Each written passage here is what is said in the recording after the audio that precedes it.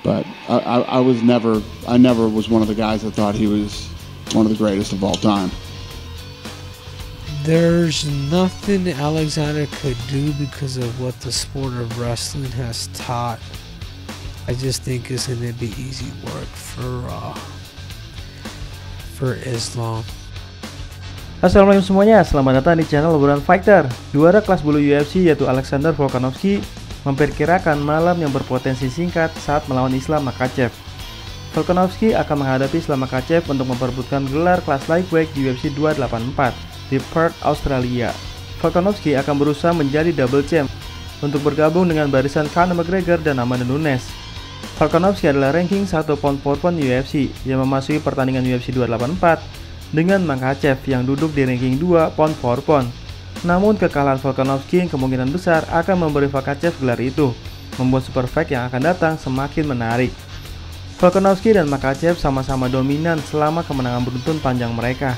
Kedua fighter hanya kalah sekali dalam karir mereka masing-masing, di mana Makhachev menderita kekalahan KO dari Adriano Martins di UFC 192. Dan Volkanovski merasa yakin dia bisa menjadi orang kedua yang menghabisi Islam Makhachev dengan telak. Selama wawancara baru-baru ini dengan The All Star, Volkanovski memperkirakan kemenangan finish dengan pratinjau ronde demi ronde tentang apa yang bisa terjadi. Katanya, "Saya pikir ini akan menjadi pertarungan stand up. Jelas, dia akan melakukan takedown lebih awal dengan gerakan saya dan semua itu. Dia akan sedikit tidak nyaman dengan waktu yang saya miliki dan semua hal semacam itu. Ronde pertama akan menjadi pertarungan yang lebih sedikit. Saya rasa melibatkan kemenangan. Semua hal semacam itu mungkin sedikit lebih berantakan. Dan kemudian ronde kedua, saya pikir itu akan menjadi lebih pada kaki dan saya akan meletakkan tangannya di atasnya. Tapi saya bersiap untuk 5 ronde dan untuk posisi yang buruk. Dan itulah mengapa saya merasa seperti saya akan mendapatkan kemenangan finish." Islam Makhachev sering menempatkan lawannya pada posisi yang buruk ketika dia memenangkan gelar kelas lightweight melawan Charles Oliveira, padahal Charles Oliveira menjadi nomor 1 di UFC, pemilik kemenangan submisi terbanyak sepanjang masa. Sedangkan Volkanovski tidak terkalahkan dalam masa UFC-nya dengan kemenangan baru-baru ini atas orang-orang seperti Max Holloway, Brian Ortega, dan The Korean Zombie. Dia bisa dibilang berada di puncak diskusi untuk kelas bulu UFC terbaik sepanjang masa. Sabuk lainnya untuk Volkanovski akan menambah elemen lain pada warisannya. Dia yakin dia tidak hanya bisa mengalahkan Islam Makhachev, tetapi juga membuatnya kewalahan dengan kecepatan dan tekanannya.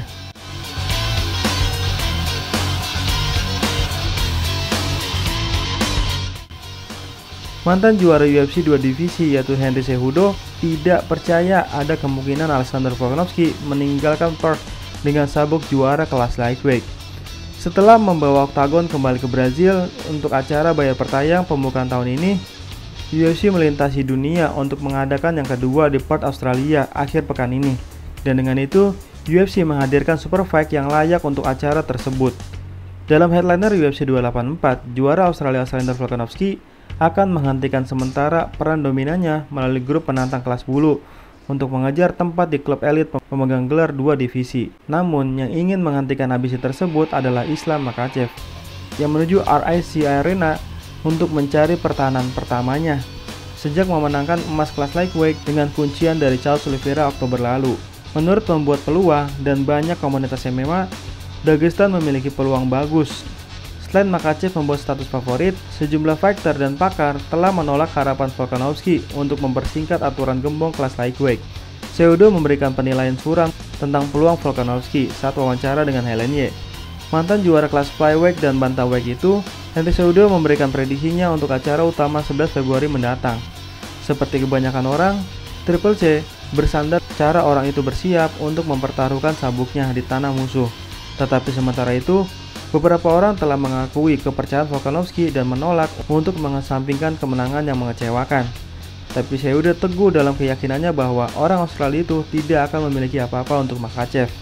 Dengan berkata, tidak ada yang Alexander Volkanovski bisa lakukan karena olahraga gulat telah mengajarkan Islam Makhachev. Saya berkompetisi di Dagestan, tapi saya telah direndahkan di Dagestan. Saya berutang banyak kesuksesan saya di sana. Islam dari mana dia berasal dan garis keturunan juara olimpiade dan juara dunia. Semua disiplin ilmu yang berbeda di negaranya. dia bisa mendapatkan yang terbaik dari yang terbaik. Inilah mengapa saya merasa ini akan menjadi terlalu banyak pekerjaan untuk Alexander Volkanovski. Keberanian, aku harus memberinya itu. Ini berani untuk apa yang dia lakukan, tetapi saya pikir ini akan menjadi pekerjaan yang mudah bagi Islam Makhachev. Dengan penobatan gelarnya di UFC 280 pada tahun 2022, Makhachev memperpanjang kemenangan dominannya menjadi 11 kemenangan beruntun. Ia mematahkan rentetan kemenangan Oliveira yang mencakup jumlah pertandingan yang sama dengan cara yang tegas. Jika dia dapat mengulangi tampilan itu di UFC 284, tidak hanya akan mendapatkan kemenangan beruntun, tetapi dia akan naik ke tangga teratas pound for pound.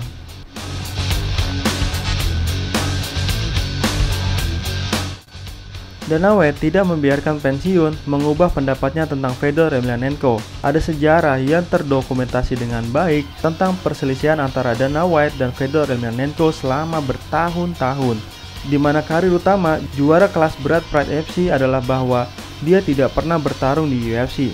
Namun ada sekelompok basis fans yang tampaknya tidak menganggap hal itu penting, mengingat Emelianenko bertarung bisa dibilang sebagai kelas berat terbaik di dunia saat itu, meskipun dia tidak berada di bawah panji UFC, karena sebagian besar orang besar top sedang berperang di Jepang pada saat itu.